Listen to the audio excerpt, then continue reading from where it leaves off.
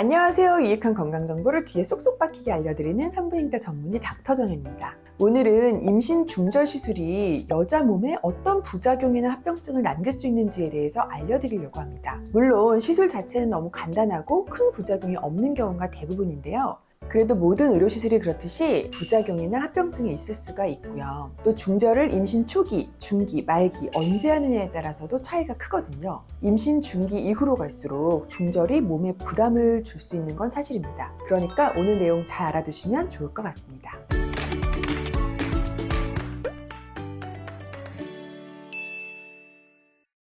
중절 시술의 가장 대표적인 부작용을 꼽아보자면 감염이나 출혈, 자궁 손상이나 자궁 내막 유착을 들 수가 있고요. 감염부터 하나씩 설명을 해드려보자면 이렇게 자궁 안까지 기구를 넣어서 자궁 안에 있는 조직을 흡입하거나 긁어내는 시술이다 보니까 감염의 위험이 있을 수가 있죠.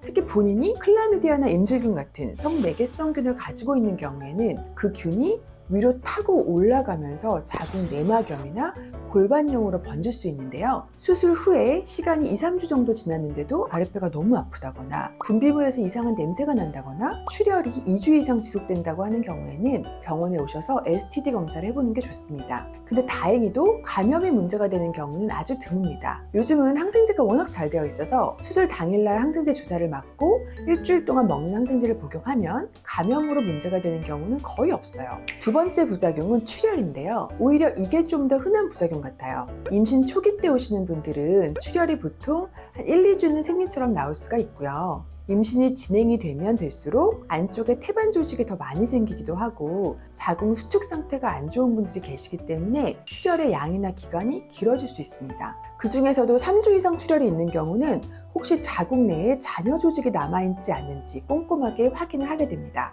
잔여 조직이 있는 경우라면 외래에서 MR이라고 하는 실리콘 카테터로 이렇게 쏙 흡입을 하기도 해요. 그걸로 안 되는 경우는 재수술을 하는 경우도 있습니다. 세 번째는 자궁 손상입니다. 수술 기구가 자궁벽을 잘못 찌르면 자궁벽이 손상될 위험이 있습니다. 심한 경우에는 천공이 생길 수도 있어서 꼭 숙련된 전문의에게 수술을 받고 사후 관리를 받는 것이 중요합니다. 마지막으로 자궁 내막 유착이라는 부작용이 있을 수가 있는데요. 유착이라는 건 조직이 서로 붙어버리는 거거든요. 그래서 시술을 받고 어느 정도 기다리면 정상적인 생리가 나와야 하는데 자궁 내막이 서로 붙어버리면 그게 안 나오는 거죠. 이게 심해지면 불임이 되거나 습관성 유산, 무월경을 겪을 수도 있습니다. 그런데 이것도 중절을 반복해서 하는 경우에 그 위험성이 증가하는 거지 결코 흔한 건 아닙니다. 걱정이 되시면 자궁 내막 유착 방지제가 있으니까요. 유착 방지제가 있는지 확인을 해보고 가시면 좋을 것 같아요. 오늘은 중절 수술 후에 생길 수 있는 부작용에 대해서 알려드렸는데요. 오늘 말씀드린 경우들이 그렇게 흔하지는 않으니까 너무 걱정하지 마시고요. 숙련된 전문의가 있는 병원에서 안전하게 사후 관리까지 꼼꼼하게 받으시면 좋겠습니다. 그럼 저는 다음 주 월요일에 더 좋은 의학 정보를 가지고 찾아올게요. 안녕.